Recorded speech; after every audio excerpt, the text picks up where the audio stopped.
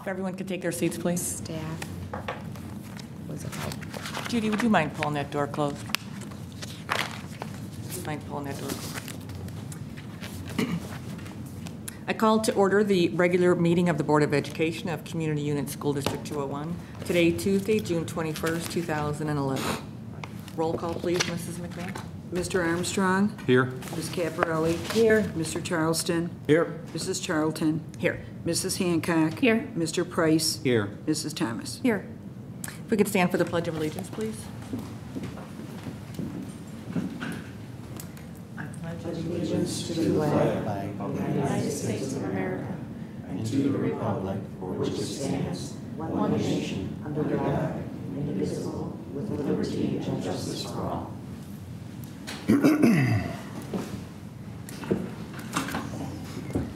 First item on the agenda is student recognition. Yep, Steve will do it. Okay.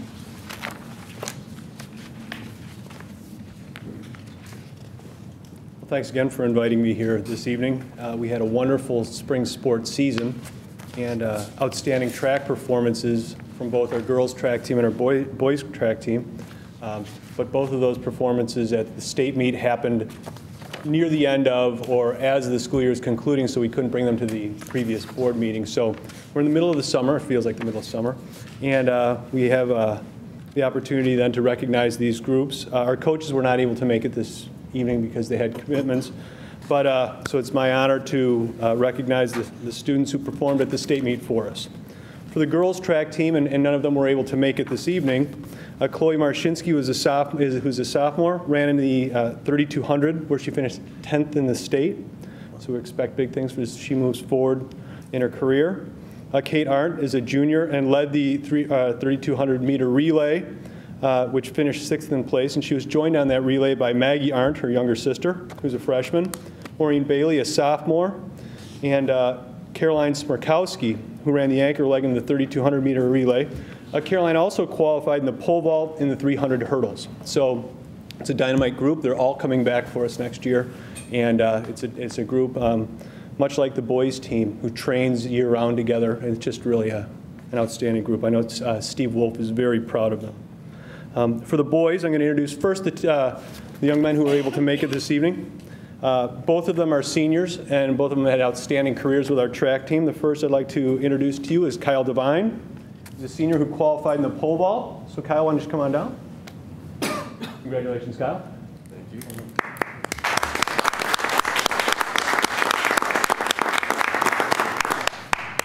And I'd also like to introduce Morris Jaspers, who's also a senior. He qualified in the 3200 relay, the 1600 relay. In the 1600 relay, finished 7th place and earned all state honors. Morris has been here a number of times for cross country and for track, and he's had an outstanding 4-year experience at the high school. Guys, if you could stay there for a second. The rest of the team that joined them at the state meet was R.J. Pleva, a senior who qualified in the 3200 relay, Pat Robertson, who qualified in the 3200 relay, Josh White, who qualified in the same 3200 relay, along with Morris.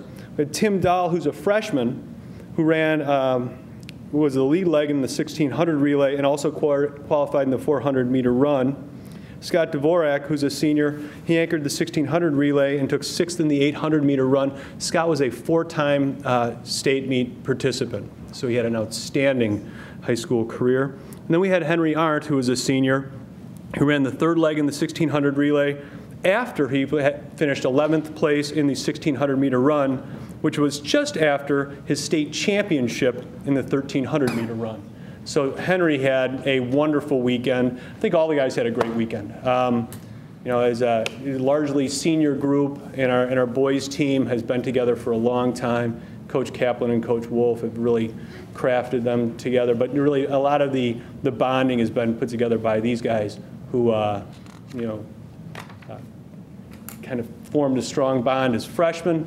And over the summer, you couldn't keep them off campus unless they were running off campus to come back to campus. So it's been great having them, and I know there's going to have to be some big things on the way for them. But thanks again for having us out here and for letting us come out and recognize the track team once again. So thank you very much.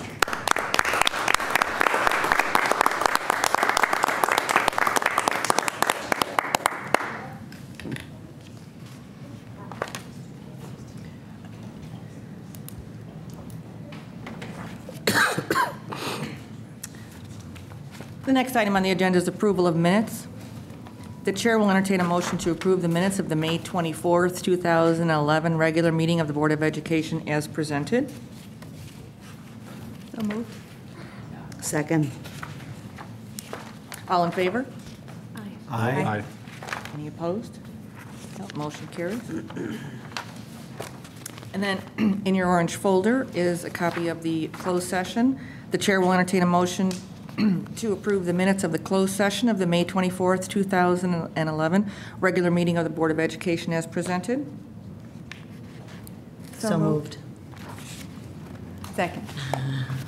All in favor? Aye. Any opposed? Motion carried. Okay, the next item on the agenda is the public hearing on the proposed use of school holidays. Mr. Carey, you want to talk about that?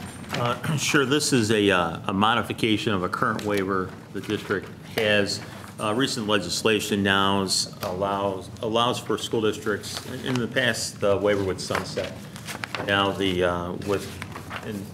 on in the board meeting, when we actually pass the waiver, then it would be permanent. We file it with the ROE, and then we'd have the flexibility to use legal holidays, school holidays for the 4 activities listed, either student attendance, teacher institute, parent-teacher conference, or staff development. This would not be something that we're looking to do we've already approved our calendar for next year. So this would be something we would do going forward. And there would always be, communication to parents if a holiday was going to be used for one of these purposes, and then also board approval as well. So this is just something that we would have in place going forward. And then even in the case that if we had a snow day, we would have that opportunity then to possibly, rather than adding a day to the end of the year, possibly using one of the holidays that have not passed yet. And again, that would be discussion with the board and communication to parents before we would make that change with their calendar. But basically, in order to do that, we need to have a brief hearing now, and then later in the agenda, the board will have the opportunity to approve it. So did you say we have this waiver currently? We currently have a waiver in place, yes. So this is just, again, this will not sunset, and then we're having each of those days approved for any one of the 4 items listed. So then this becomes permanent, and we could always use it? We Right. don't have to apply every year? Right. So I guess first, since it's a public hearing, are there any comments or questions from the public? No? Okay, then are there any comments from the board or questions? Okay. I will now announce that the public hearing has been conducted and is now closed. Okay, are there any regular public comments this evening? If you could state your name. Hi, I'm Marthany Burt. My daughter Lily is going to be a 3rd grader at Manning. I'm here tonight to request your consideration for the use of the district buildings for Girl Scout meetings. I know in the past that they have been used, but for some reason they were no longer able to use the district buildings. And our Girl Scout population is really growing in district. And it would be wonderful if we had a place where we could just meet right after school rather than utilizing the police department or the park district buildings. A lot of times we have to have our meetings in the evening because of availability, and it just makes our, I personally think it makes it so that some girls aren't able to be Girl Scouts because they don't have a way to get there, or their parents aren't willing to come back and do something later in the evening. So I just wanted to request your consideration in the matter, and hopefully we can use the buildings at some point in the near future. Thank you. That falls under your, Yeah, my recollection was that we didn't struggle with them using the facilities. It was a question of whether or not there were waivers of the fees. So, I mean, that's just a conversation you need to have with them. That's something we can explore, at the district office, and then we can be in contact with you. And I know for, as far as liability, that the Girl Scouts of Greater Chicagoland area has waivers that we would use for liability purposes, so that wouldn't be an issue. okay. I'll just add to that. We did, when we had our budget conversations and the public was coming in and saying what other things could parents participate in as far as extracurricular activities, and this is a kind of a nice option.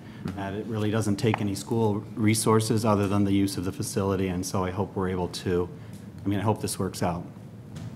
So maybe you could have someone contact the district office and the superintendent and have that conversation. Thank you. Any other comments? Okay, then the first item is the consent agenda. At this point in time, we are going to pull out the item 1B, resignations, and we will be voting on that after closed session. So other than that, everything is in your folder. Are there any comments or questions other than B? I had some questions on 2, 3, and 6. Okay, go ahead.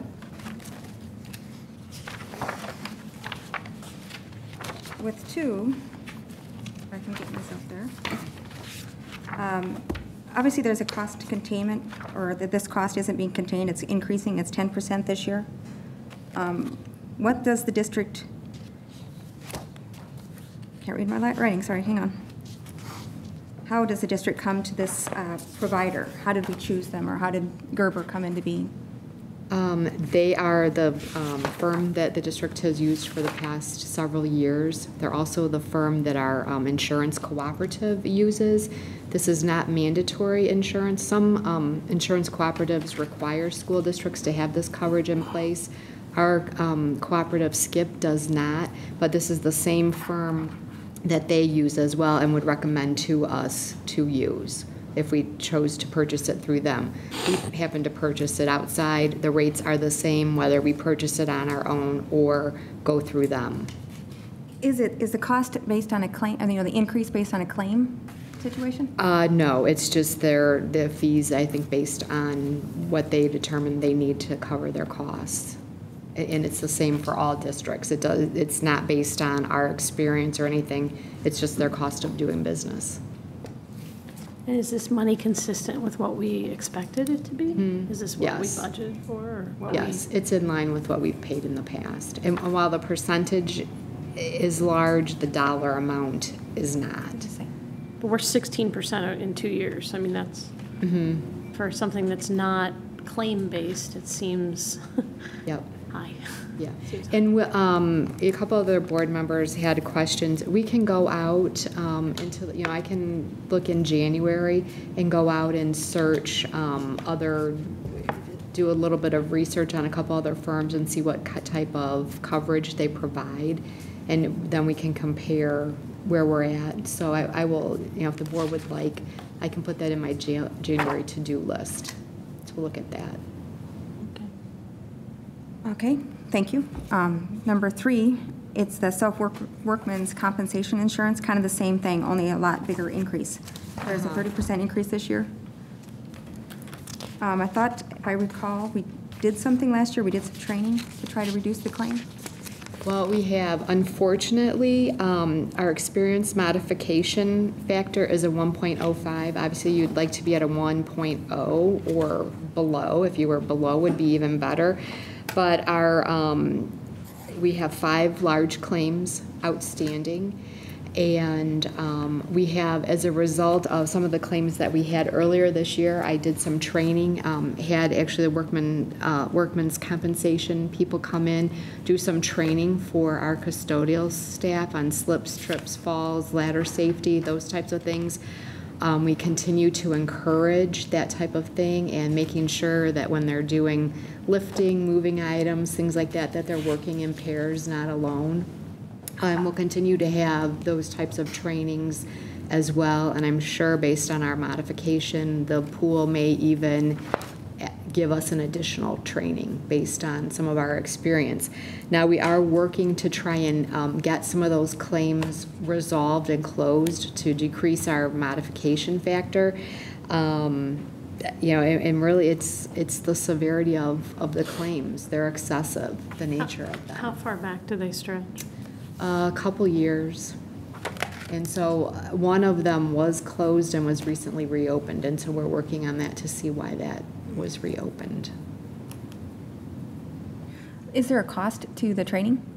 No, it's all part of the services that they provide. And they want, overall, the pool itself had an increase of a little bit over 8%.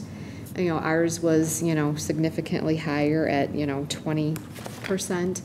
Obviously, we don't want to see that trend continuing. So again, working with the training, making sure our staff pay attention to what they're doing when they're, but one of the things that, they want to give us training as well because they don't want the experience to be high as well because they want to be able to, return premium and have a good experience rating because if the overall pool, the better the rating is, the lower the rates are for all the members. And to go along with Shannon's question from before, was this number anticipated? No, this was higher than anticipated. That was it for that one for me. The last one with 6, it's about the resolution to dispose district property. Could I have a clarification on what will happen with the old computers? We have a 4-year refresh cycle. And so what happens is there's a certain amount of equipment that Nancy Battaglia replaces each year. And then these computers will, HP will come in and they will take those computers and pay us for the computers a certain rate. I don't know what that is. And then they'll go ahead and resell them to the public. So we will receive some revenue from the disposal of this equipment. Okay. Is it much? I don't know. Anything sizable? If you want, we can provide that numbers in the board update. Okay. And I don't, It just might be interesting to see what. and I don't know if Nancy will know until they actually come in and look at the equipment too. So to see what we have.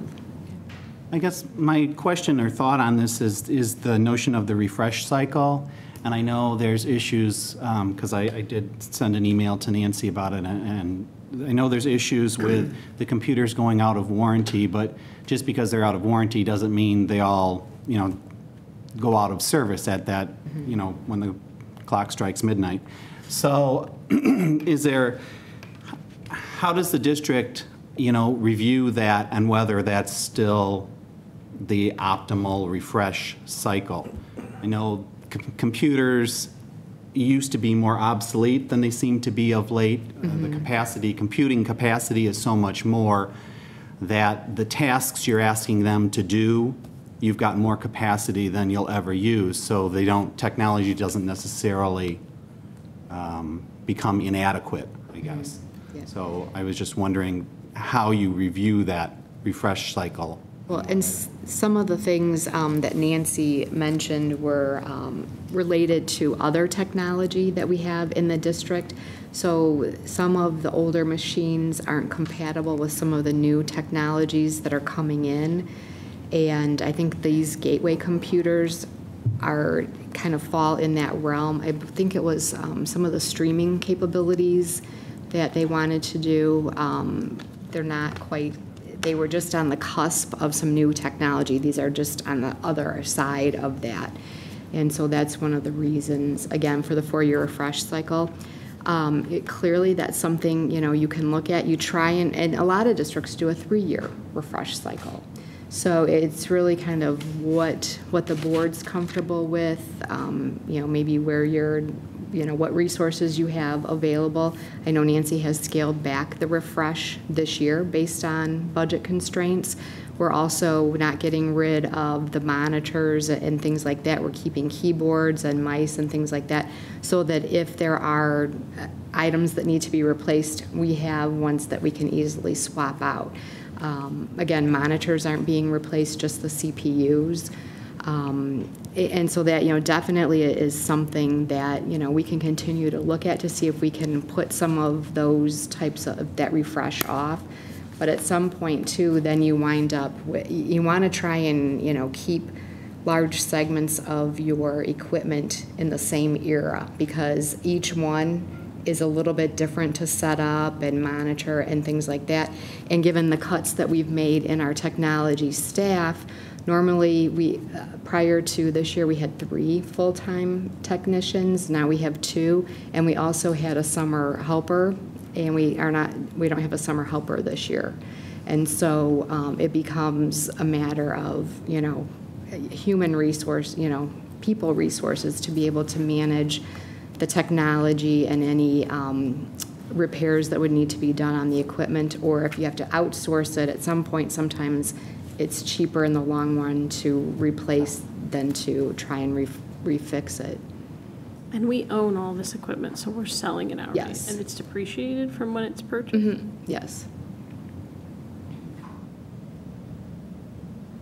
Did that cover your That was question? mine. That's covered. Does anybody else have any? Just one quick question, I'm sorry, back to the workman's comp thing. Do we have any competing bids from any other carriers, or do we have to use We the are co-op? in this The cooperative. co-op, okay. Is there a lag between the closing of a workman's comp case and the modification number going down? Isn't there like a 2-year? Yeah, I don't, they carry it for a certain amount of time. Right. So, yeah, the quicker you can get the claims off, the better off you Right. are. Right. Okay, any other questions then? The chair will entertain a motion to approve the consent agenda as amended. Number 1, personnel recommendations. Number 2, renewal of student accident insurance. 3, renewal of self-workman's compensation insurance. 4, approval of student tour request. 5, review and award of beverage contract. 6, resolution to dispose of district property. 7, resolution to transfer interest from debt service fund. 8, resolution to transfer interest from working cash fund. 9, adoption of 2011-2012 routine business office resolutions. 10, adoption of prevailing wage rates resolution. And 11, ratification of regular payroll. So moved. Second. Can we have a roll call, please, Mrs. McMahon? Mr. Armstrong? Yes. Ms. Caparelli? Yes. Mr. Charleston? Yes. Mrs. Charlton? Yes. Mrs. Hancock? Yes. Mr. Price? Yes. Mrs. Thomas? Yes. The next item on the agenda is the resolution to abate working cash fund. Ms. Anderson, did you want to talk about that? Kevin? Who's doing that? Yeah, this is just the resolution transferring funds from the working cash fund to the O&M fund. And then after we do that, there will be an accounting transfer from the O&M fund to the capital projects fund. And this is to pay for capital projects. The majority of this is our architect bill for our summer projects. So this amount is not the sum and substance, so this is just part of it.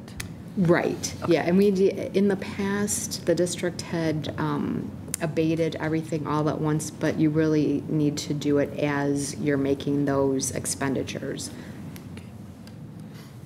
Okay, any questions? The chair will entertain a motion to approve the resolution abating funds from the working cash fund to the operations and maintenance fund for fiscal year 11 expenditures as presented. So moved. Second. Roll call, please, Mrs. McMahon. Mrs. Thomas? Yes. Mr. Price? Yes. Mrs. Hancock? Yes. Mrs. Charlton? Yes. Mr. Charleston? Yes. Ms. Caparelli? Yes. Mr. Armstrong? Yes. The next item on the agenda is the approval of board docs agreement. Mr. Carey? The board has had discussion at our April 26th and May 24th board meeting. At the May 24th board meeting, it was the consensus of the board to bring it forward as an action item. And so if the board does approve the motion, then we would transition to an electronic board book. And there was a question to compare the hard cost savings versus soft cost. And you know, we need to concede, obviously, that the soft cost, that basically is the time that it takes the district office to put together the board book. And obviously, those individuals would be able to it's not as if you would shorten their day, but they would still be there for their full day. But it does add efficiency, and so that is something that's difficult to quantify. But there is a net savings if you do, combine the soft and the hard cost. And so we're looking for approval from the board to move forward with the board decks. Is this something that we would be, I know there's talking about training and all that. When would this be in place? Would it be, do we have any idea? My guess is we probably would be shooting for the August board book to transition to the electronic version. The training for board members, that can be set up individually or that can be done as a group. That's something that, those details we can work out. And then the same thing for the training of the staff. There would be some training involved. But from what we've seen, it does seem somewhat intuitive, and so I don't think there would be a very steep learning cycle to get up to speed. Kevin, just to refresh my memory, for people in the district that have a laptop already, you would be utilizing the software through the district laptop. Is that right? What we're proposing actually is that the iPads would be purchased for it. And the reason, and that's been a question too, why iPads versus laptop or something like that. And again, part of it gets back to what we can support with our technology department.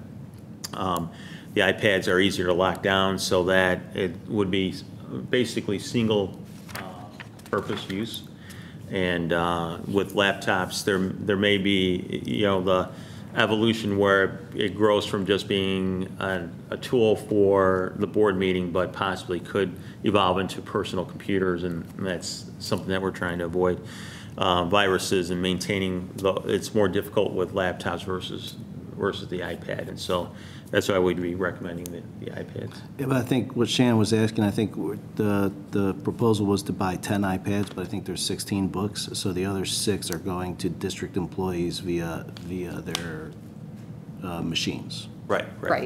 Yeah, district employees will use their laptop. Yeah, they're So, different. so the iPads are Apple and the district computers are IBM, Windows-based. Does Board Docs, can it handle the compatibility if someone who's on a laptop posts something and someone on an iPad is trying to? Because it's a network-based program, it can handle different platforms.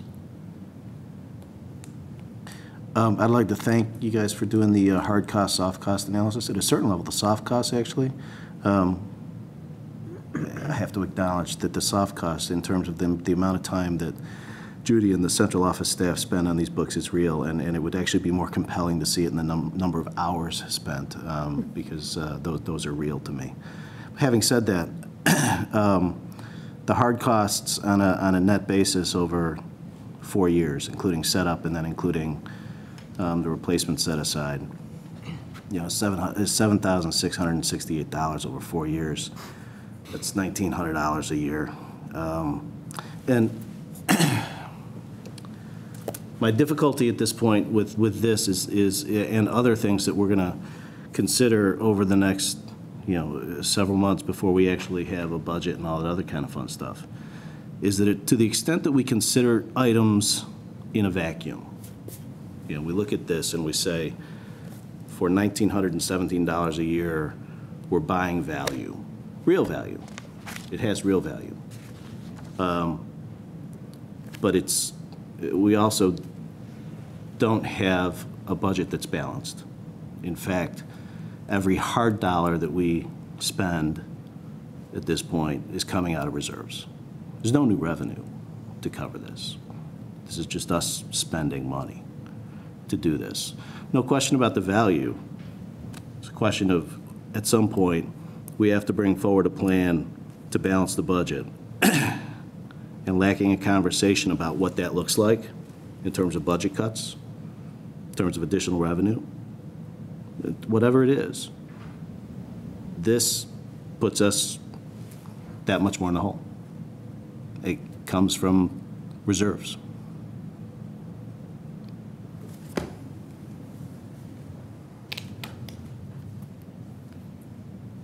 Well, if you're freeing up staff to do other tasks that are either more critical and taking some of the mundane day-to-day things out, that certainly has value in my mind.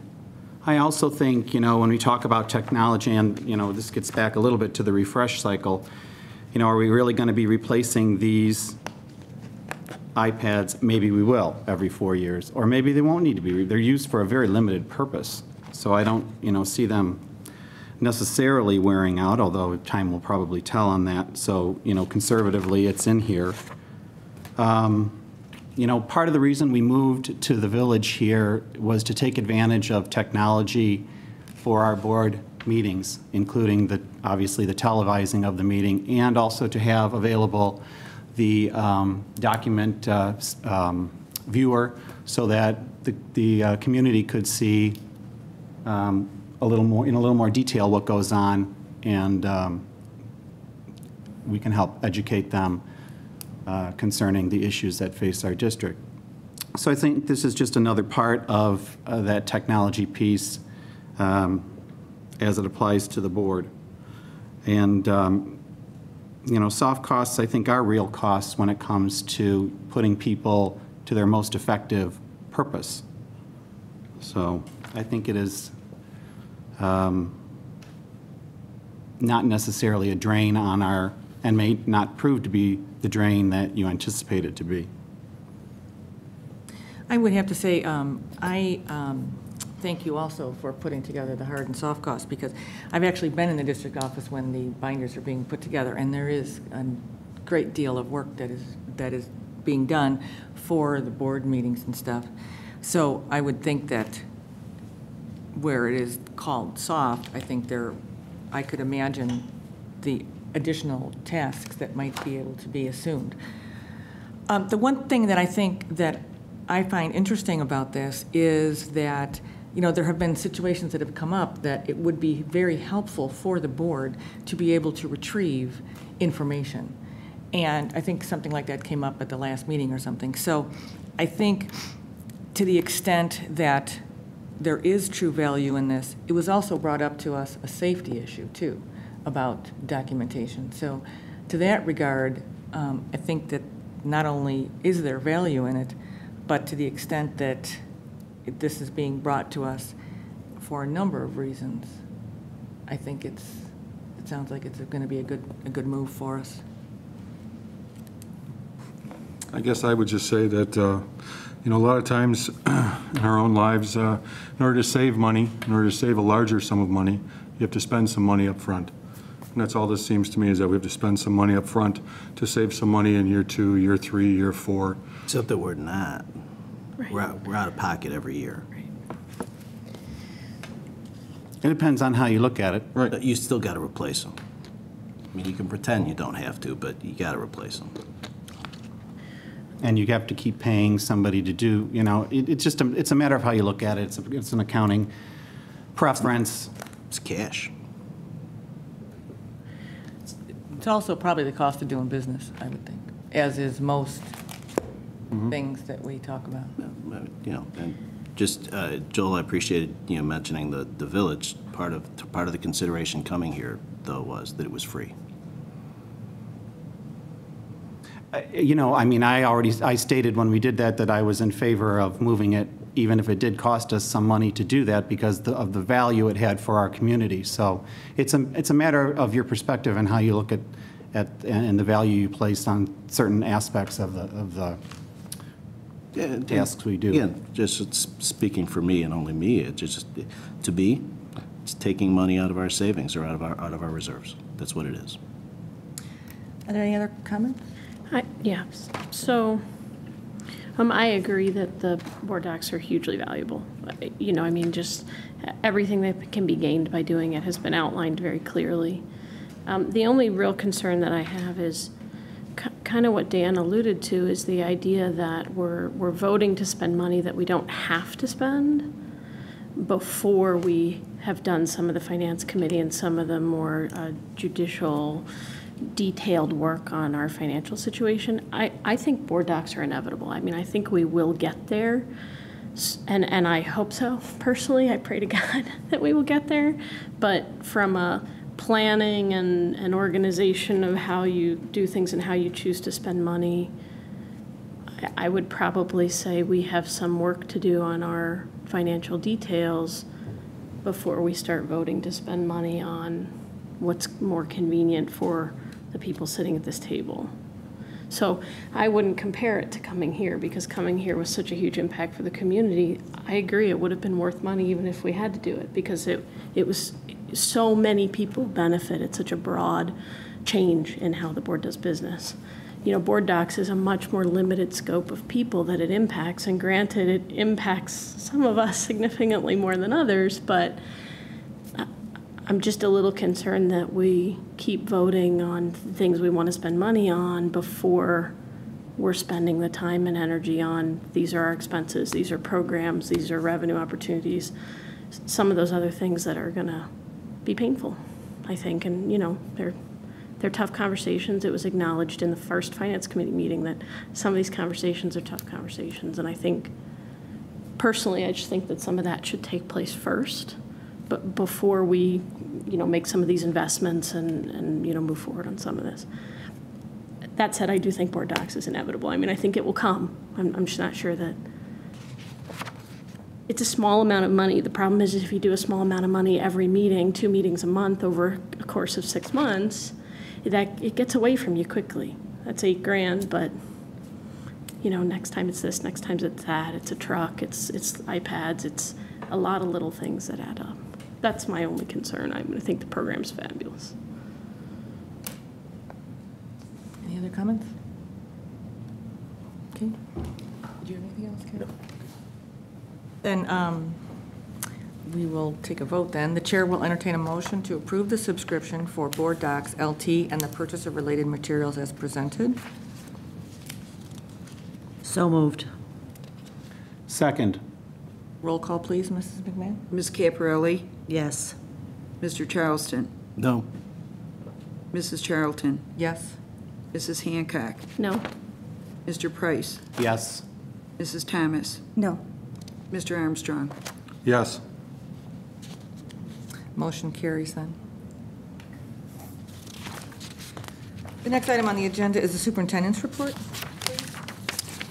Just update the board on some of the committee work. Strategic planning, we have identified the 4 key areas that our strategic plan will be focusing on, and those are student achievement, facilities, finance, and student services.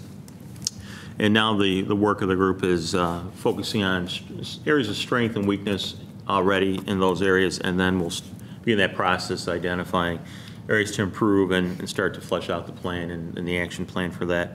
The next meeting is this Thursday, June 23rd at 7 o'clock p.m. Facility planning, we've been... Kevin, if I could, just on that, you know, just a concern that I wanted to raise for the entire board to consider is if you look at student achievement, facilities, finance, and student services, they are all inwardly focused. And for as much as we have lauded and pursued community engagement and communications and all things connected to the community, you know, I just, whether it's as part of the strategic plan or whether it's integrated into the strategic plan, there clearly needs to be an external focus about communication and about talking about particularly things like our financial state, you know, talking about our academics and about student achievement and about stuff like that. So, I mean, there clearly needs to be integrated and incorporated into that an external focus that is worthwhile and meaningful, in my opinion.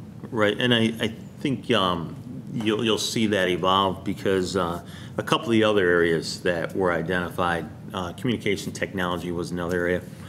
And I think it was the feeling of the group as they looked at them and started to prioritize that you know, communication should be a thread throughout the entire plan. Technology needs to be a thread. So definitely, I think you'll see that evolution so that there is an outward focus as well as the inward focus. Kevin? Having been to those meetings too, I would like to comment that I think the nice thing is that the people that are attending the meetings and commenting, one of the areas that obviously, as we've been talking, you have to focus to some area.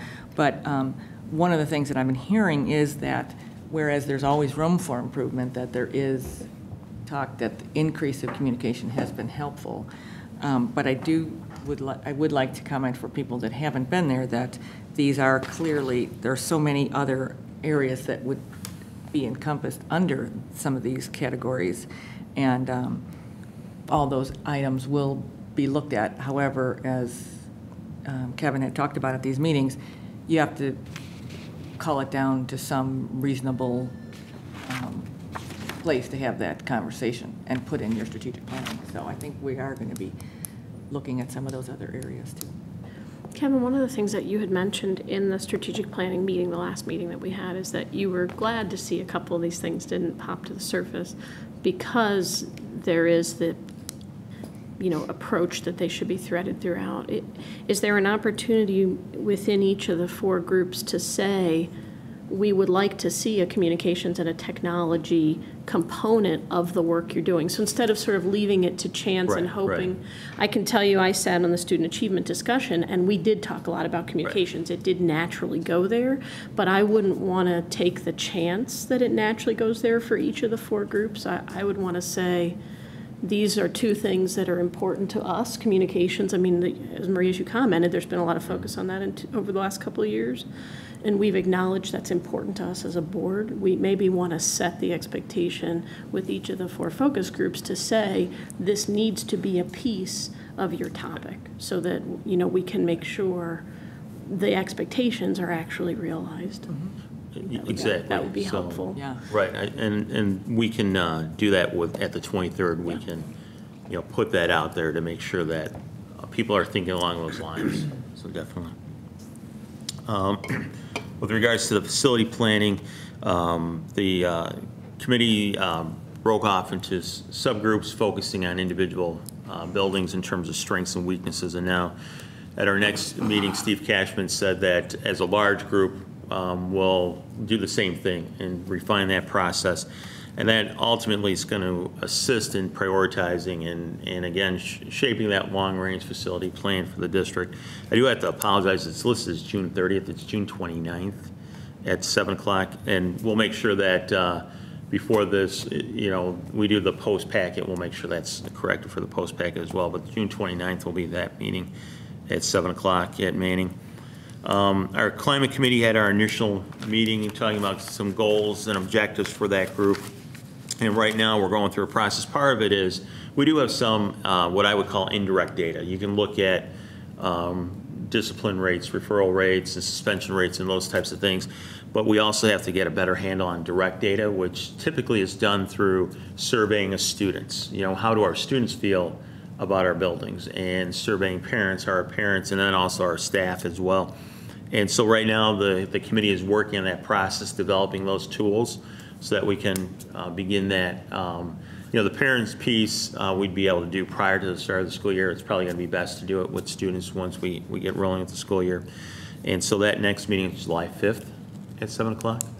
I know that we had gotten some emails, over the last couple of months from a couple of community members asking about specifics. Did we have good attendance, and do you think that some of those things were addressed, or are they still? Attendance can be better, even among our own staff. They can be better. So we're going to work on that piece. It's kind of interesting. The strategic planning, there's always a lot of interest, and facility planning, a lot of interest. The interest, and whether it's people's comfort level, finance, you tend to see, it starts to drop off, and then also climate, it starts to drop off. And whether or not, again, that's kind of an interest level or a comfort level. People can walk into schools and they can look at schools and say, yeah, I like that, or I wish our school had this. And strategic planning, people see the value to that piece. So we're going to have to do some work to try to build up those numbers. And if I recall, it was noted that we were missing a Miller representative. Is there some research going into that, or is Mrs. Boss the one that you go to? Yeah, Ms. Boss is working on that piece to try to. Can I ask one thing, though? I know I've had this question asked to me. Could we put out a blast email blog to all of the people that have volunteered to be on these committees, because I think, especially now that we're in the summer, I've heard people say, I completely forgot that that meeting was coming Sure, up. sure. So if we can utilize, I know that some of it is posted, but if we could actually reach out to people rather than having them come to us to announce the dates of these meetings, that might help, especially in the summer. The climate committee is one of the things that that group takes a look at, is if there's any learning programs that might be good for our district, like the Rachel Story Group or the Southern Law Poverty Network has a great program.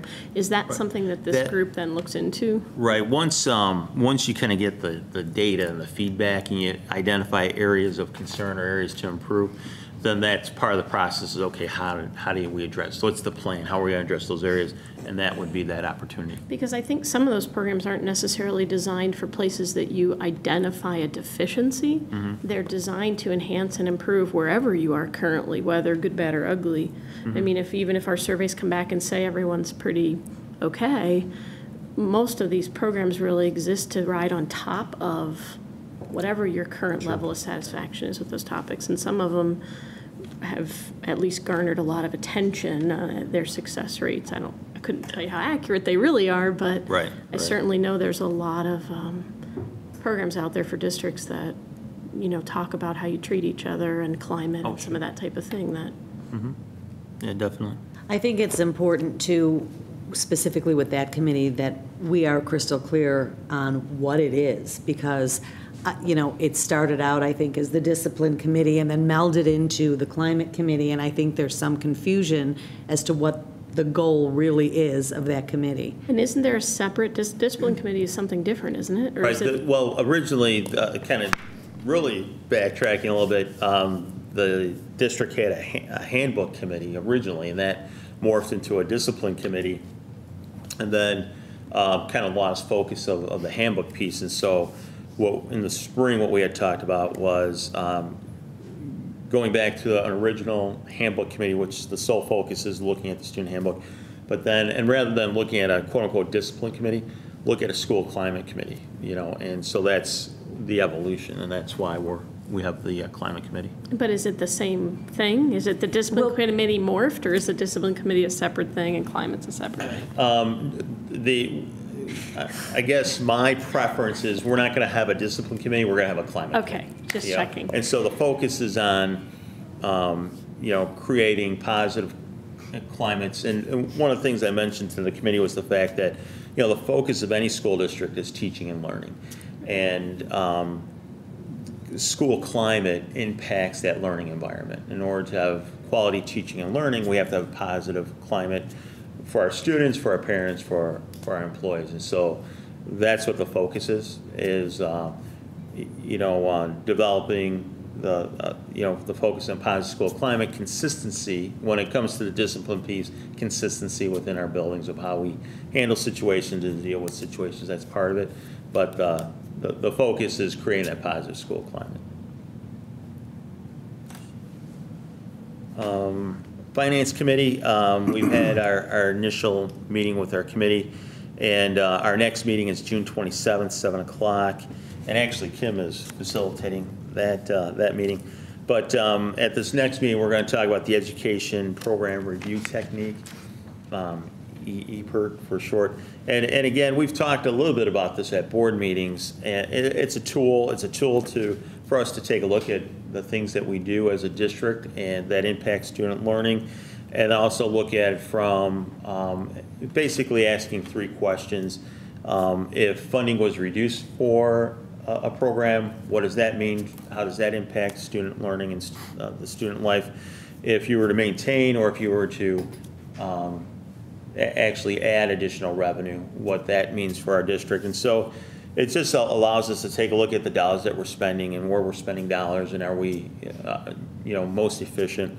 By no means is this, we don't want this to appear that it's a way to determine where to make cuts. That's not the intent. It's rather to make sure that we are spending our dollars and we're having the impact that we want to. So often with schools, new programs do come along and okay, let's bring on this program, and we still maintain the other things we're doing, and we're not sure, is it really having the the outcomes that we were hoping for. And so this is to make sure that we are getting the outcomes that we need to. And then the other piece as well, we're going to invite Liz Hennessy to a meeting to talk a little about, the bonding, educating the group on bonding and what that looks like. And then also, there's been some question about, well, a referendum, actually, what does that mean? What does that mean in terms of tax rate and so forth? And so she would be a person that we can bring in to help educate the group as And well. who is this person? Liz Hennessy. She is the our person that when we do bonding, that's who we work through for that piece. She's with Baird, and she's like, she's huge. I knew who it was, I just wanted to tell. Speaking of Because when you were which, talking about. Is that, so, that's not going to be the next meeting, is it? No. Oh, good. No, that's not the next meeting. Okay. The EPERT, does it only look at programs, or does it look at all the areas where we spend money? It looks at finance and, well, it's all the areas we spend money. I mean, you're really looking at the whole district and the things that we offer. And is this a software program? We didn't have time in the meeting to really talk about it. Could you? Another school district had a consultant, and they kind of developed this technique. And then different districts are now kind of taking it and running with it. Some people will hire, the consultant to come in and help. We're not looking at doing that right now. I think we can take what was done in the other districts and kind of do our own model off of that and start to develop, the evaluations. And it's really looking at, how are we utilizing our resources, and are we achieving the expected, looking at what are the outcomes, and are we achieving those outcomes? Are our resources are we getting the impact that we're looking for out of the way we're spending or allocating our resources? This has had success in other districts? Yes, it is. This was the spring School Board Association dinner. I don't know if you remember the panel discussion, but there were representatives from Elmhurst 205, and they talked, their district went through this process, and they talked about it and the fact that it does help not only to, to make sure that we're most efficient with our dollars, but it also is an excellent tool for educating the community as well, as to the need for those dollars as well. And possibly, it's not just a question of balancing the budget and what we need to do to get to a balanced budget, and whether that's additional revenue and what that looks like, but also part of that discussion with the community is with additional funds, these are the other ways that we can impact students in a positive way and add to the overall learning experience and improve student achievement. And sometimes that is a stronger argument with your community, is we're looking to invest in the school district for these reasons versus, just to balance your budget. But there's also real potential for growth within our district and what we can do for our students with that investment. Sounds like an excellent way to go to the community about money. And District 300 is the district that developed it, and they've been using it for several years now. And a very large district, and it really have found it very helpful in determining where resources are allocated. Yep. And then I've got a couple of dates I just want to share at the public portion of the meeting. But one other thing that I'd like to share is Miller School. Part of the attendance center for Miller is unincorporated, and those families are not eligible for a library card through the Westmont Public Library. And all of our schools really encourage reading throughout the summer. And so Miller took it upon themselves. They realized that that is a hindrance for some of our families. And so we actually have some of our teachers are volunteering to staff the Miller Library in order to make it accessible for our students from Miller. And so once they kind of get that running and we get a feel for how many students are taking advantage of that, I will be encouraging some of our Miller staff to come to a board meeting and report out on the experience. And I'm confident it'll be a very positive experience, and they'll be able to share some good stories with our board. And so I thought definitely that's a positive that we have going on in our district to see staff doing that. Is that 1 day a week? Yes. Well, before it even starts, that's a wonderful thing, and I'd like to say thank you to the teachers who are doing that. That's just a very positive piece for our students. Sure. That's great. And then to wrap up, a couple of dates. Right now, we're doing pre-registration for we're transitioning. Eventually, we'd like to go to online registration, and this is kind of that transition. And so the pre-registration will minimize the wait time families have when they go through the registration process. And it's a matter of parents going on, confirming the information that's already in the database and doing those things. Right now, we don't have a lot of families who have done that, and so we need to encourage families to make sure they're working through that pre-registration process. If they have any questions, they can contact the buildings or Nancy Battaglia through the district office, and she can help. We're also, and these dates I don't have, but we're also at the junior high providing, if somebody wants to come in and do it at the junior high, we'll have computer techs there to help people walk them through the process. In addition to that, our upcoming registration dates, July 28th, and this is when families would come to the high school, July 28th, and this is primarily to confirm residency, because right now we do ask our families to prove residency. July 28th is 1 to 7, and then August 3rd is 2 to 6. Those will be the actual registration dates, but we're encouraging families to do the pre-registration prior to those dates. The one comment I heard on pre-registration was that it was really easy and really nice, and they have no idea how much money it cost.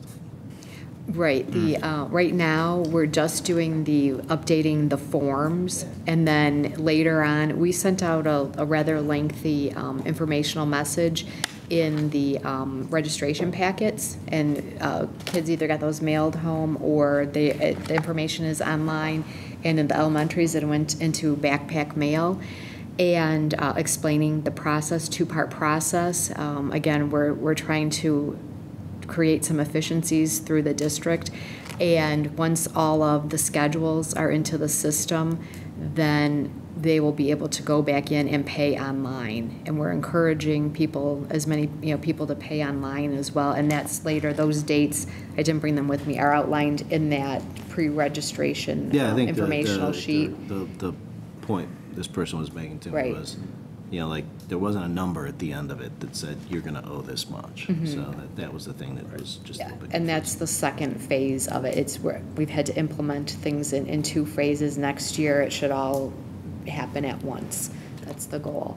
And everyone should be receiving an expedite message regarding the online pre-registration, and we encourage you to remind people to do this, because if it's not done prior to showing up at those July and August dates, the wait could be very long for people. This piece needs to be completed first. I got my message at 6:15 this evening. Okay, good. So And that date please, is this Friday, right? yes, yes. Line registered by the Yeah, end of this and I Friday. think what we found out, we haven't had a lot of people do it yet, and we think that a lot of people didn't look, especially elementary, did not look in the backpack mail and see the registration packets and the new format, the new process, and then a lot of people aren't subscribed to the blog, so they're not getting the information that way either. So, any word of mouth throughout the community to help encourage people to get this done will just increase efficiencies for everybody. It is very fast. I mean, literally. It's a matter of a minute or two, particularly if all your information's correct already. Yep. Yes, yes, yes, yes. Is there any Done. system that's having trouble with it? I thought somebody had said they had Google Chrome and they were having difficulty with it. Do we know anything about this? I don't know, I have not I had heard asked that anything. question too, Gary, but she was looking into it when I asked, because I couldn't get in on Google Chrome either. Okay. But my question, because at the end of it, it asks you to print it. If you forget to bring in your print sheet, is there a consequence? You don't know?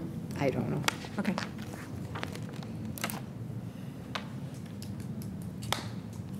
All right. Anything else? Okay, then the next item on the agenda is board reports. I just have one quick reminder, again, to add to your growing list of reminders, that November 18th is the IASB workshop and the joint annual conference. And for those, especially since there's new board members, if you haven't already notified Judy that you're going, please do that. But also, there are 7 Friday workshops, and those tend to fill up very quickly. So if you want to go to one of those workshops, if you could please let Judy know ASAP, because I know last year some of them filled up and people weren't able to do that. So it's in your orange folder. If you could please let Judy know as soon as possible. That would help. And we are having our board self-evaluation with John Castle of the IASB on August 30th that evening, and that's been set up. So that's all I have on that. Anything else? Okay, then we'll move on to education.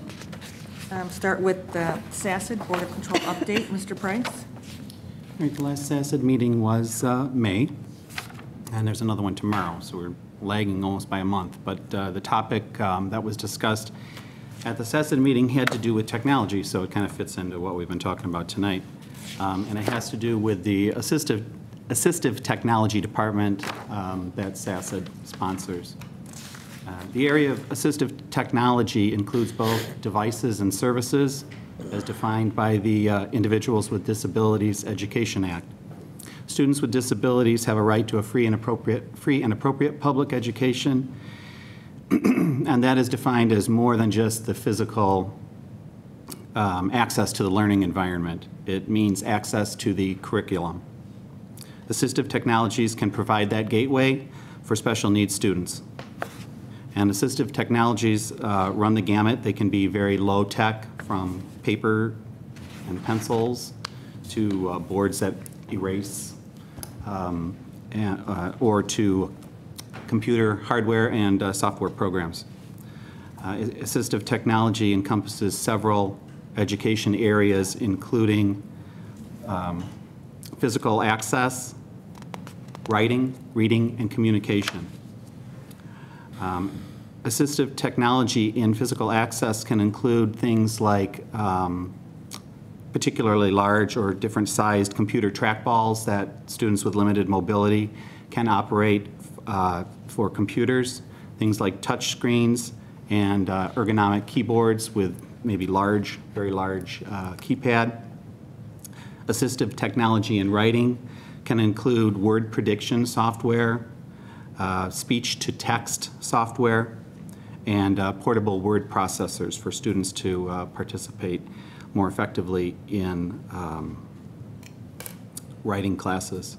Assistive technology in reading includes things like scanning and reading programs, and that can be used by students with visual disabilities, dyslexia, or English language learners. And then finally, assistive technology in communication can include alternative and augmentative communication systems, meaning other forms of communication besides oral speech. These systems are not meant to replace speech for the student, but to enhance their overall communication skills. And alternative communication systems can include things like gestures, body language, sign language, picture exchange communication, storyboards, speech-generating devices, writing output devices, and assistive technologies can be integrated with smartboard technologies as well. So our classrooms may already be equipped for some of these assistive technologies. The SACID Assistive Technology team can provide support through evaluations and consultations, and they can help assess the effectiveness of any implemented assistive technologies. And they can determine if technologies are a good fit for the student in order to maximize access to the curriculum. And then I also want to remind everybody, I passed this out at the last meeting, but this is the SACID Open House. It is July 13th, I believe that's a Wednesday, and it is at 6:30 and Cornwall Road and Naperville, 55th Street in Naperville, basically, is where the main SACID campus is. So I'll try to forward that in email too. And that's all I have for Ms. Acid report. Great, thank you. Then the next item on the agenda is the proposed school holiday calendar modifications. The chair will entertain a motion to approve the proposed school calendar modifications as presented. So moved. Second. Roll call, please, Mrs. McMahon. Mr. Price, Yes. Mrs. Hancock, Yes. Mrs. Charlton, Yes. Mr. Charleston, Yes. Ms. Caparelli, Yes. Mr. Armstrong, Yes. Mrs. Thomas. Yes. The next item in your book is the high school offering change. You know, I think, Steve, I know there's been some questions because when you read the proposal, is it a new course, is it a course title change? And it is just the title of the course that is changing. So it's nothing in addition, it's not a new course that's being taught, added to the curriculum. And I think that's correct, Steve? So we're just looking at a title change. Okay. That being geometry skills 1 and 2. Right. What was it called? What's it being called currently? Yeah, sure, Steve. What is it currently being called? Currently, students whose IEPs and their special education requirements indicate would take a 3-year sequence or maybe a 4-year sequence in what was called math skills. The course coding project that we've undergone over the last 12 months requires students to have a course specifically indicating geometry as part of their course sequence. The second year is usually, if things go well, the geometry skills course. Not necessarily for all students, because they progress through, but one of those sequences of instruction need to be indicated on their transcript. It's specifically for the student's advantage. Their transcript needs to indicate geometry skills as one of their courses in their high school sequence. It's not going to change anything as far as our sequence. We already have the course there. We're just taking it, one 2-semester sequence and calling it geometry skills. So previously on their transcripts, it would have just said math skills. Math skills. Okay. Does that clarify that? Okay. Thank you. Thank you, Steve. Then the chair will entertain a motion to approve the title change for the second course in the foundational math sequence at Westmont High School to geometry skills 1 and 2 as presented. So moved. Second. All in favor? Aye. Any opposed? No, motion carries.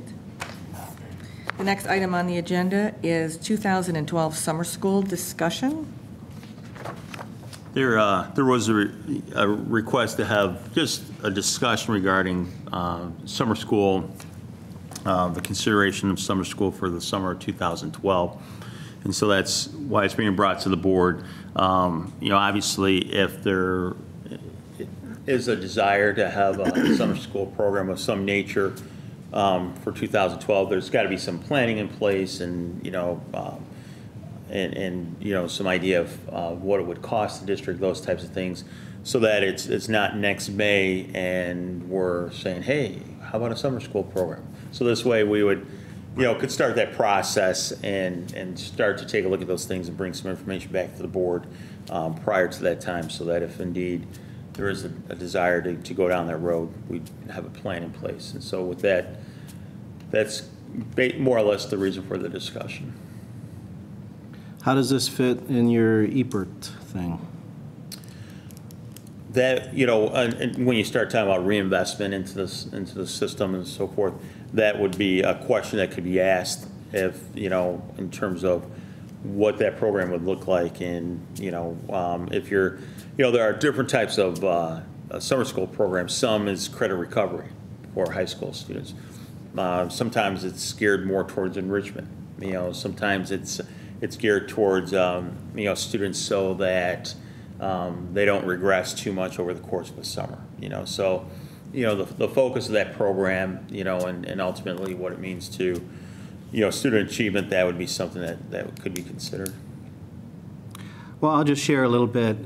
This kind of topic came up at the strategic planning meeting and in the little committee group that I was sitting in. And part of the discussion was the fact that we don't really have anything for our students who are at risk but don't have IEPs and don't necessarily qualify for any extended school year program based on their IEP. And so I certainly would like to see something. I mean, that would be one preference that I'd like to see in a summer school program, something that maintains core academics and further develops the core skills that students need to be successful.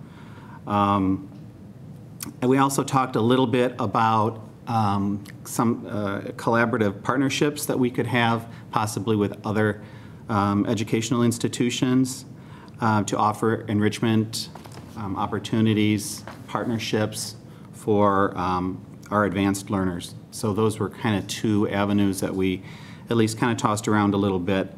I mean, I think this is I don't even want to call it really a co-curricular. I think this is a curricular item. And I think it was something that was unfortunate when it got cut 3 summers ago, or it will be 3 summers after this one. And, you know, all throughout that time, we've maintained every other club and activity and extracurricular we've had, but we lost our summer school program. And, you know, one of the things the board is responsible for doing is allocating the resources that we have. And to me, this is a higher priority resource, I guess, for our students that I would like to see at least explored in earnest. And I'm not really in favor of bringing back what we had.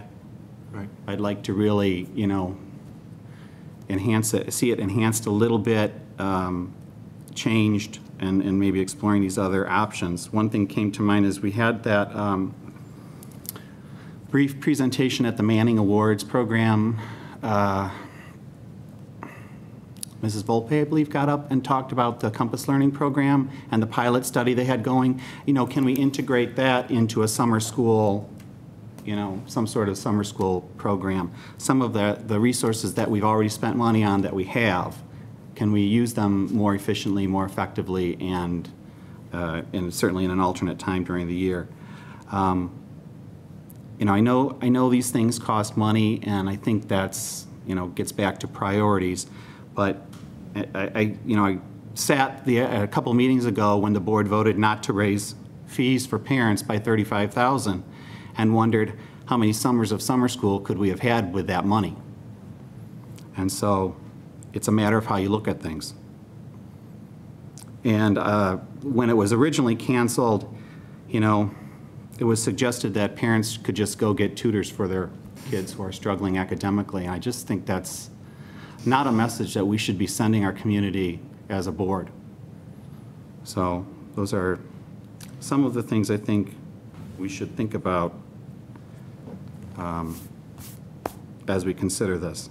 I would be very curious to see how many children were impacted or have been impacted when we cut that program.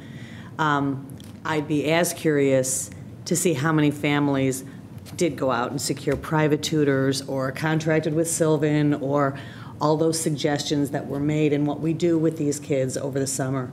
But we're never going to know that.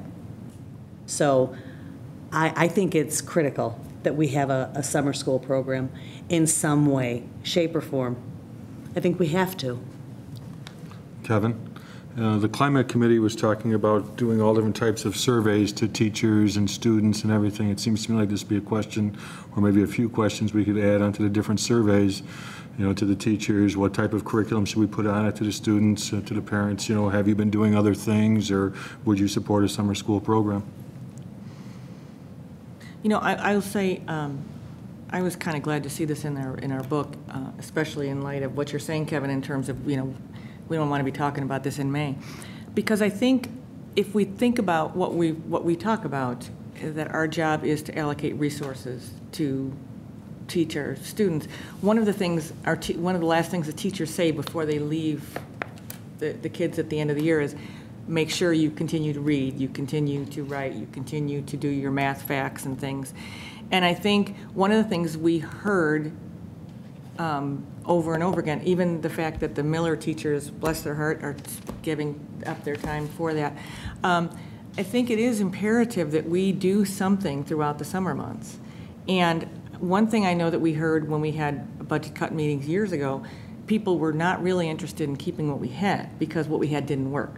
And I think that kind of became the crux of one of the reasons why we did get rid of it, so to speak.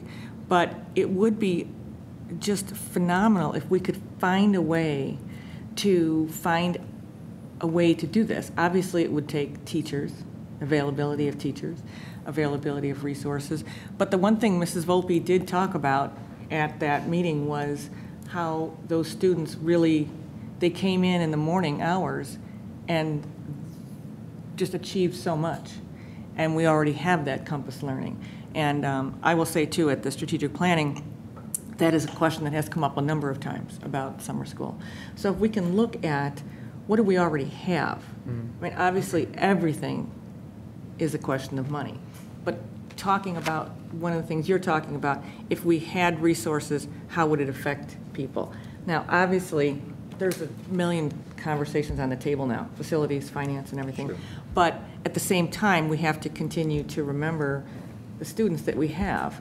And we're having these programs available for some of these families who could really use it would be just, I would love to see some kind of initiative brought before the board just to see what's available for us. What do we already have? And what kind of availability would there be at the building level, and what teachers might be interested in that. So I would love to see that run up the flagpole, not what we had, but something that is curriculum-based. So I'd like to share a couple of concerns, Marie, particularly around kind of what you're talking about. There's more than just summer school that we have not talked about. I mean, preschool is equally an impactful program as summer school is, and that hasn't been discussed. Full day kindergarten, same thing. Longer school day, same thing. One of my concerns about this topic in a vacuum is that we're not in a strategic planning conversation where we're talking about the half dozen or so programs that would probably add value academically to our students. We've picked this one out and plunked it down on the page, and we're holding it up as this is what we want. Well, this may be something that I want. I didn't have an opportunity to experience the previous program because it was cut before we had a chance to get there, so I don't know. But I mean, preschool is proven academic value add. All-day kindergarten, particularly for the high number of families in our district that work, where both parents are working, full-day kindergarten would make a big difference. I would prefer to see this conversation in the context of a strategic planning discussion about what are the academic things that we value, and maybe we end up with summer school is the number one out of the list, but I'm a little concerned about having a discussion about summer school in a vacuum and not going through the litany of ways that we could expand or enhance our kids' academic experiences. Another thing, I'm sorry, I got a whole bunch now. I've been writing notes while everyone's been talking. In regards to summer, I never thought of the online thing, but it's like a light bulb going off. I mean, we should try to take advantage more of our online things that would cost significantly less than having kids in the classroom potentially, but we can still make programs available. And if we're looking at how do we enhance the experience, you know, maybe there's a full court press there. The other thing is, though, for my family's experience, for the classroom experience, we did not get any work for the summer. But interesting, for our advanced program, we got a whole packet to do over the summer as self-study to keep us fresh and keep us focused and get us going towards the next school year's activities. It seems to me that there are a lot of things that we could be doing to enhance the over the summer thing where the family can take some responsibility or do some activities and not necessarily have to have a classroom setting, and that may not work for everybody. But it was just interesting to me that I got the math packet and we're, chugging through it, but I don't have any other material unless I go self-serve that somewhere.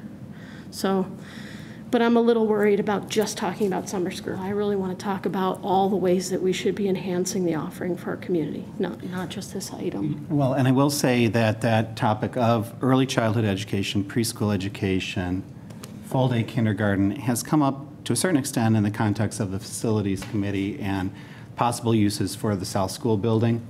And so those conversations are all happening.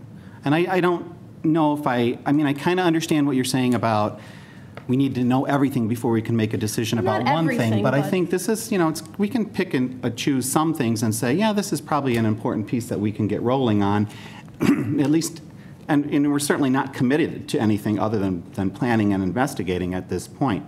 And I think that's fair to give our administration time to actually look at something rather than say, oh, let's wait, let's put that off. And one of the complaints we've heard at these meetings is it takes the board so long to make a decision about anything, and so we sit back and we ponder and we ponder and we ponder. I think we could probably say that early childhood education is definitely going to help our student population. I think we can probably say that a summer school program that's, focused on core academics and skills is going to help our student population. So I don't think we need to ask those questions, over and over again. I think we know those things. So I think we do need to kind of just pick some things and at least say, let's assemble some information about this, and then, we can have that conversation as well. And I think that what I'm saying is those other conversations are starting to percolate up as well, and they will continue. Summer school will continue to be a focus of strategic planning as well as early childhood and preschool and full-day kindergarten. But I just want to give administration and teachers enough planning time to actually really give it some thought. What would they want it to look like to be a successful program? And I think the summer is prime opportunity because clearly, it's downtime for a lot of kids, and it's just they have the time to put into that extra learning that they can't necessarily squeeze in during the school year because of all the other activities and things they're involved in. The whole notion, though, of raising this and raising it in a vacuum, effectively just talking about this program as opposed to others, the other implicit assumption that's not expressed but is absolutely present is that to the extent that, again, these are, if it's a more robust program than we offered before, good, very good. The previous program, I think that number was in the $10,000-ish a summer range. Maybe the number we're looking at is 15 or something, or 20, or whatever the number is. But the presumption in raising this to the top of the stack is that unless there's new revenue, it means that we have implicitly said something else needs to go or be cut. And we haven't said what that is. And I think that's why folding the conversation into the larger conversation, the whole EPRT conversation is critical. Because if we're going to set priorities, I think it's incumbent on us. I think it's our responsibility to say out loud, we think summer school is more important than this and this, and we're going to spend the dollars here, not here and here. I think it's sort of, because whatever we do in terms of not spending dollars, if we allocate resources to summer school, we're impacting somebody else's students somewhere else, somebody else's family somewhere else. And, to say, well, we don't know what that is yet, doesn't feel fair. And eventually somebody's going to feel that.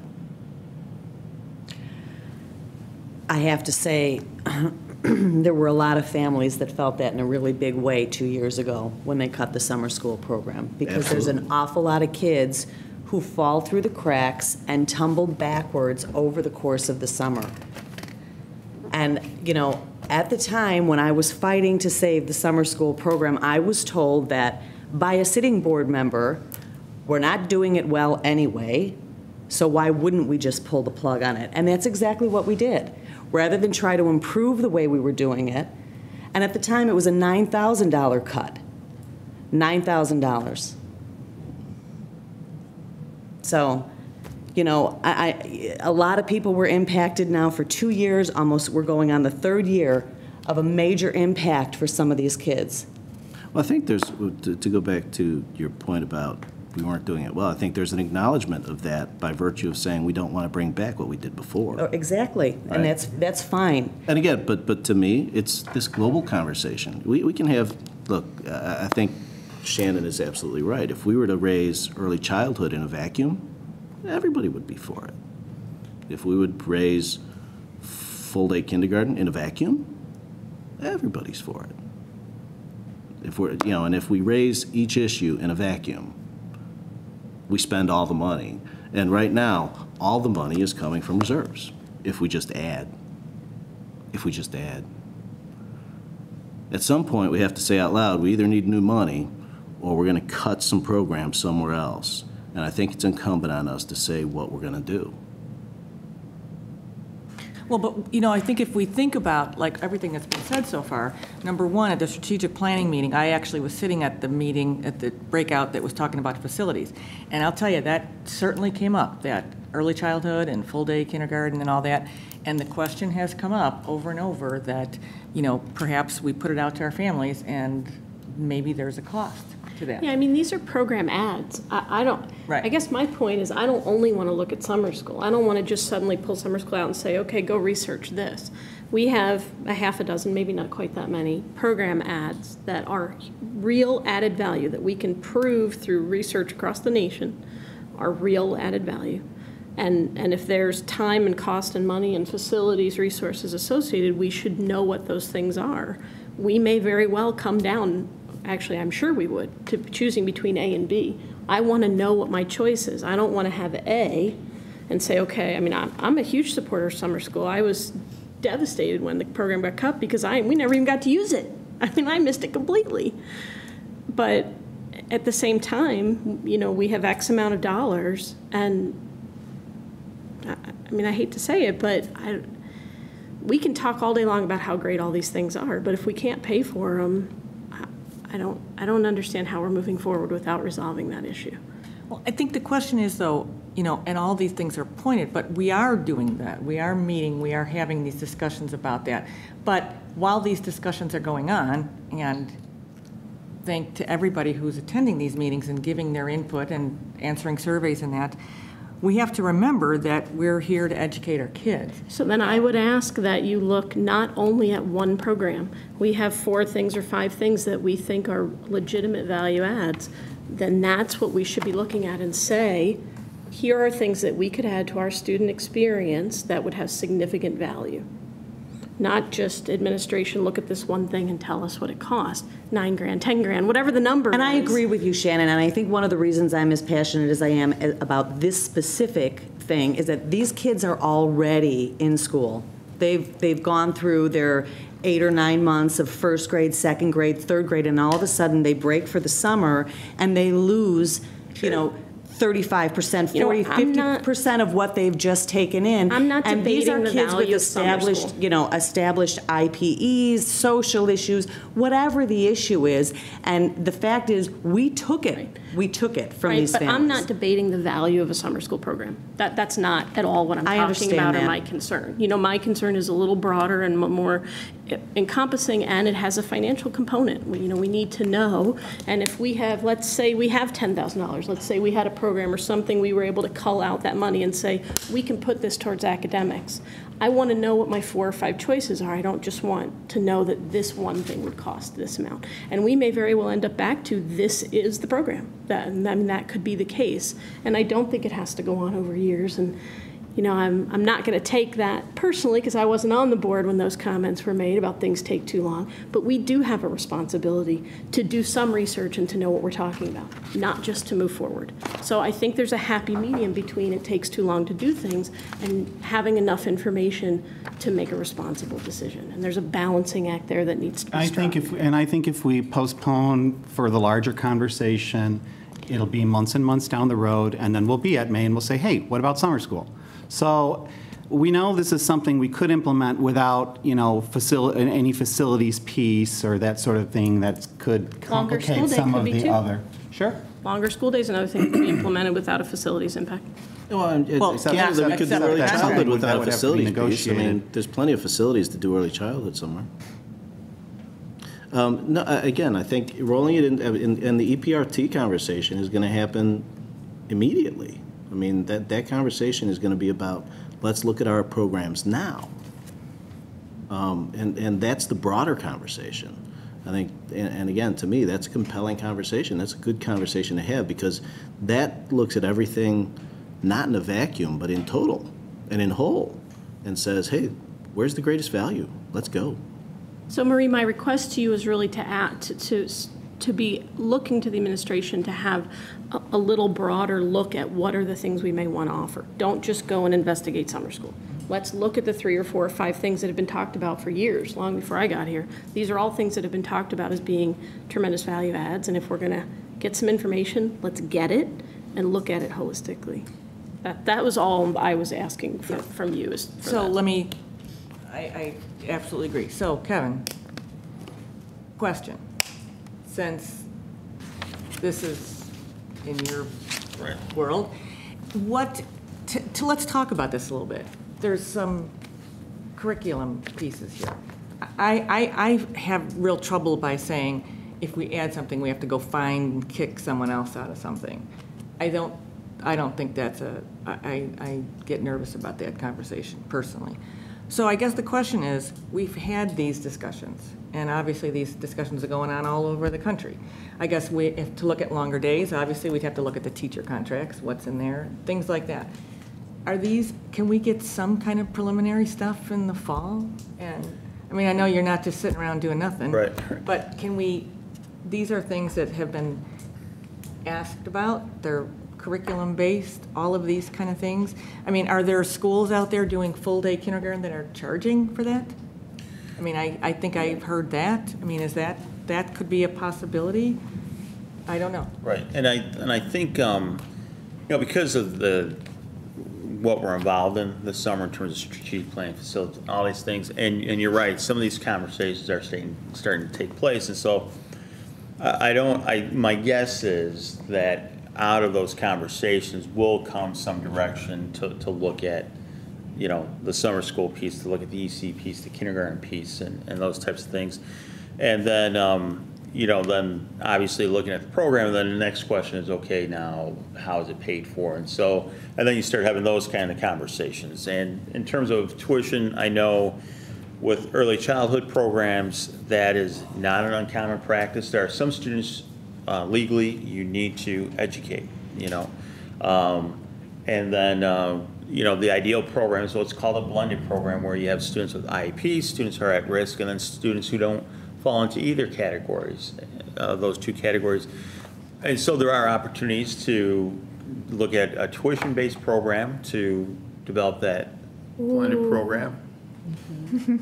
And then there are, there are some opportunities to look at that. And the same thing with kindergarten. Can you look at a half-day program with the option for a tuition-based all-day program?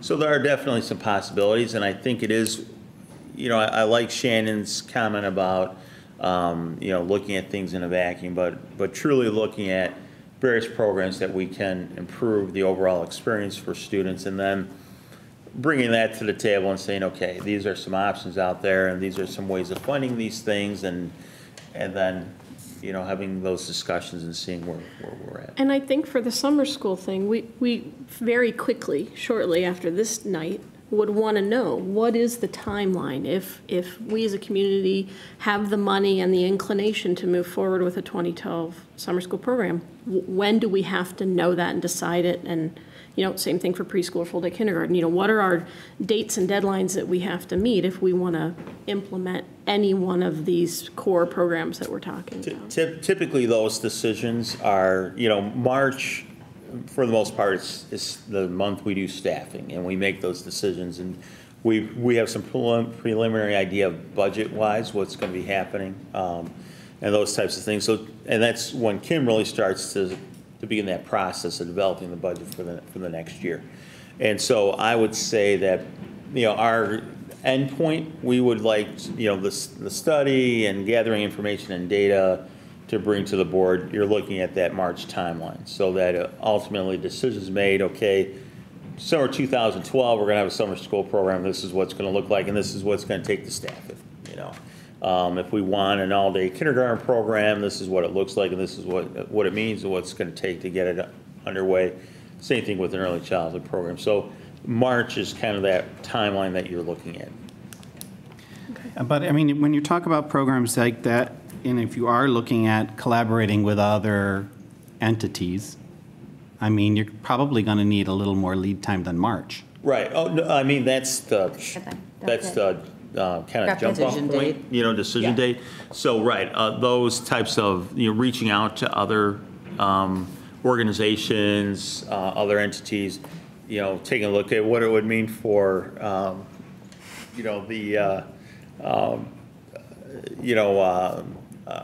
are those intergovernmental agreements, those types of things. All those things would be researched and investigated. So again, come March, we're in a good position to make those decisions. Do we know when summer school was canceled, did we talk to any other districts about a shared program or any research go into any of that you're aware of? Some districts will allow your students to go there if they have openings, and then you have to Right. pay additionally for it. Right. That's why I was I think wondering that's if the any, only if thing that any was available and structured told of us. discussion No. took place with anyone else to see if we could piggyback or buddy onto a program and maybe have an offering sooner. It's kind of, again, it's kind of, we're a unique district because we're the small district among these larger districts.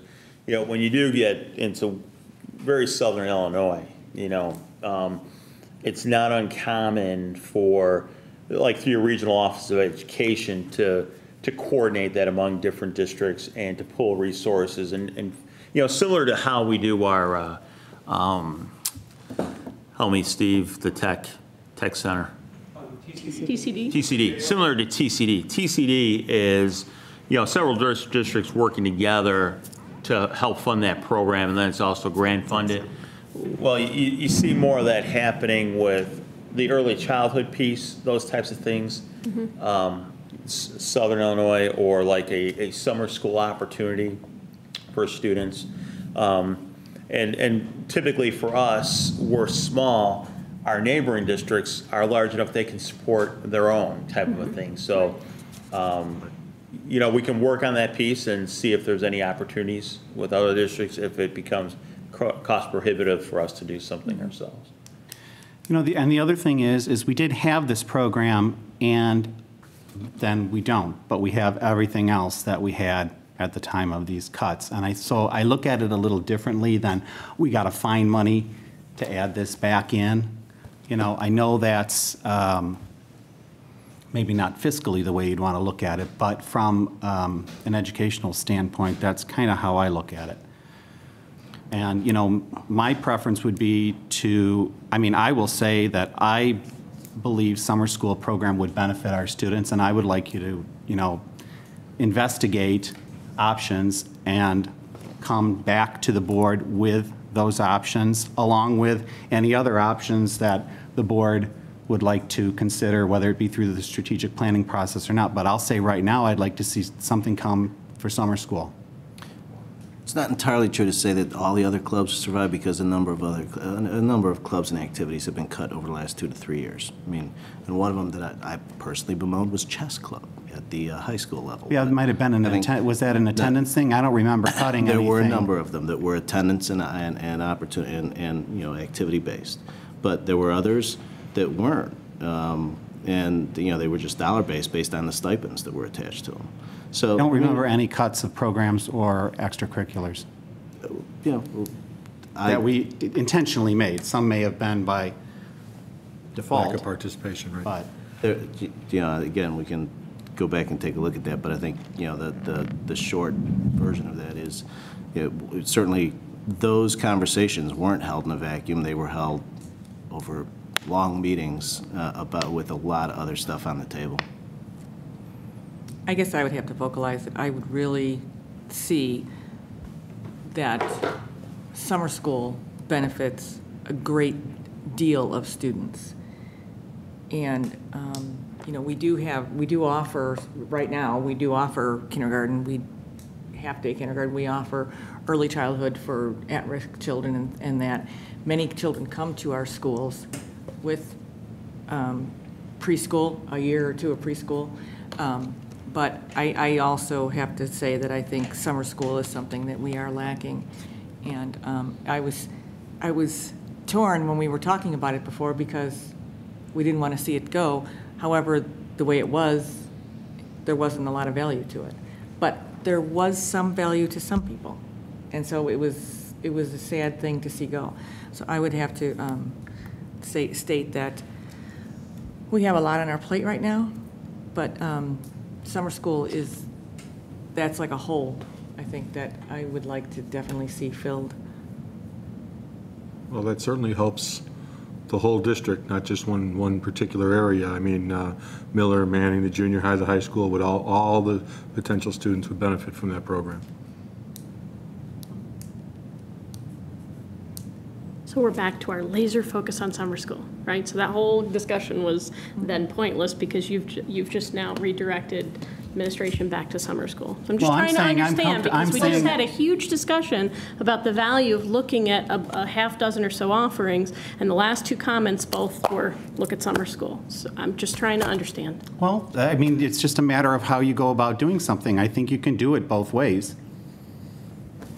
Shannon, I'm very much a proponent of bringing in a preschool. I know a lot of districts that do it. It would be a charged thing. I'm all for getting some more information about that. Absolutely.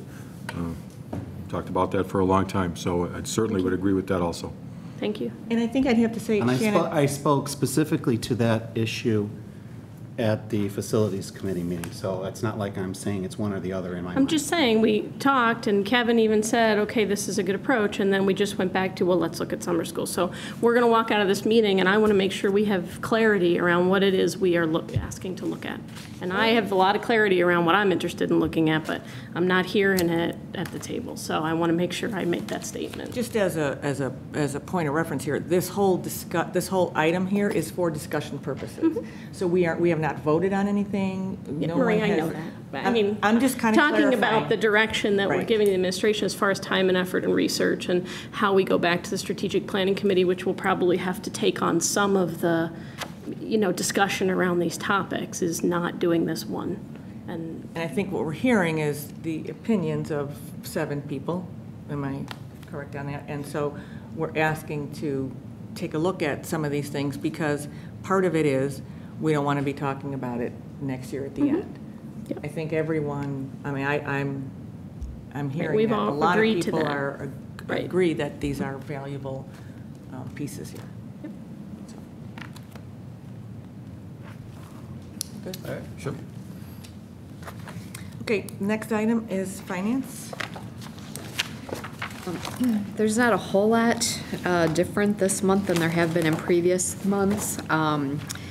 The nutrition program is presented food service, and again, $73,000 loss in the program. Our expenditures are exceeding our revenues. Again, great thing to start, really focusing on how we're offering our program to our students. The student activity account balances are presented for your review. And then fund balance, summary for May, ending fund balance in all funds at the end of May is a little over $7 million. And again, we continue to see that fund balance drop over time. We did receive 2 installments of taxes in the month of June that aren't reflected here, so you'll see those fund balances start to increase next month when they're presented. Investment schedules, we have just under $1 million of investments out there that are maturing at the end of this month, or at the end of May. Kim, quick question on the fund balances. The 2 installments, are they already reflected in the 7 million? No, because they're received in June.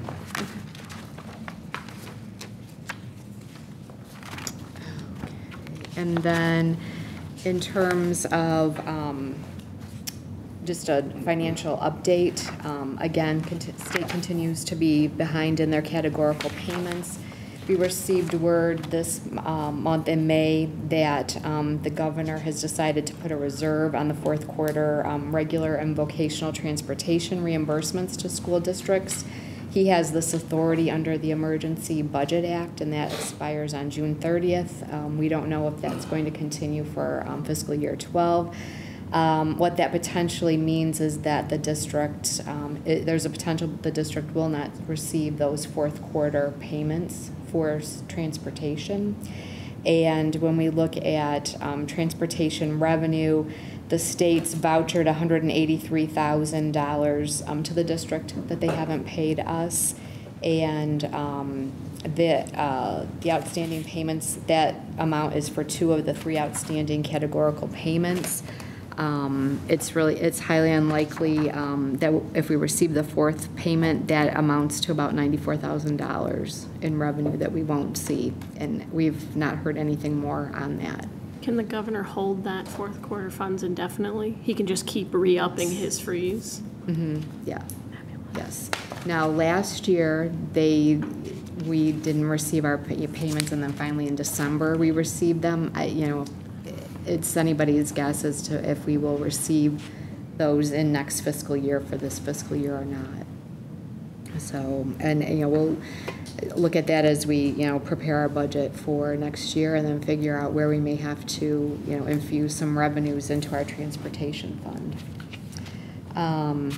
Again, in the education and fund, revenues are slightly higher than prior year. Again, we have $309,000 that's been vouchered but hasn't been released to the district. O&M fund, again, revenues are slightly higher, and again, that's really attributable to our interest income and interest transfers that were budgeted. And then as far as expenditures go, we're running as projected in all funds. And then the bills are presented for your review. Does anybody have any I other had one questions? question on the bills, and that was, I think that was it Mind Blue or something? Jean? Yeah. Can you elaborate on that? That is the company that Ryan Goebel has, and he was here. He's doing the differentiated instruction for the district and also working with the district leadership team this summer. Okay. Thank you, I had that same question. Okay, any other questions then on there? Then the chair will entertain a motion to approve the bills for the month of June 2011 as presented in attachment number F4 in the amount of $1,069,081.09. So moved. Second. Roll call, please, Mr. McKim. Mr. Charleston? Yes. Mrs. Charlton? Yes. Mrs. Hancock? Yes. Mr. Price? Yes. Mrs. Thomas? Yes. Mr. Armstrong? Yes. Ms. Caparelli? Yes. Are there any public comments? Steve? No. Have to watch that. The chair will entertain a motion to enter closed session for the purpose of discussing collective bargaining, student discipline, and personnel issues. So moved. Second. Roll call, please. Mrs. Hancock? Yes. Mr. Price? Yes. Mrs. Thomas? Yes. Mr. Armstrong? Yes. Ms. Caparelli? Yes. Mr. Charleston? Yes. Mrs. Charlton? Yes. And there will be a vote after.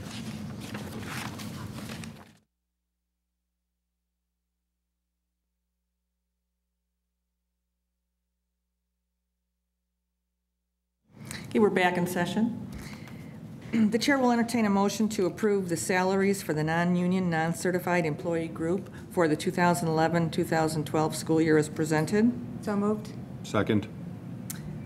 Roll call, please. Mr. Armstrong? Yes. Ms. Caparelli, yes. Mr. Charleston? Yes. Mrs. Charlton? Yes. Mrs. Hancock? Yes. Mr. Price? Yes. Mrs. Thomas? Yes. Okay, motion carried. Then the chair will entertain a motion to approve the reduction in hours for non-certified staff as presented. So moved. Second. Roll call, please, Ms. Caparelli. Mrs. Thomas? Yes. Mr. Price? Yes. Mrs. Hancock? Yes. Mrs. Charlton? Yes. Mr. Charleston? Yes. Ms. Caparelli, yes. Mr. Armstrong? Yes. And then the chair will entertain a motion to approve the resignations as amended. So moved. Second. Roll call, please. Mr. Charleston? Yes. Ms. Caparelli, yes. Mr. Armstrong? Yes. Mrs. Thomas? Yes. Mr. Price? Yes. Mrs. Hancock? Yes. Mrs. Charlton? Yes. Motion carried, and the meeting is adjourned. Second. Aye. Aye. Aye. Aye. Meeting adjourned.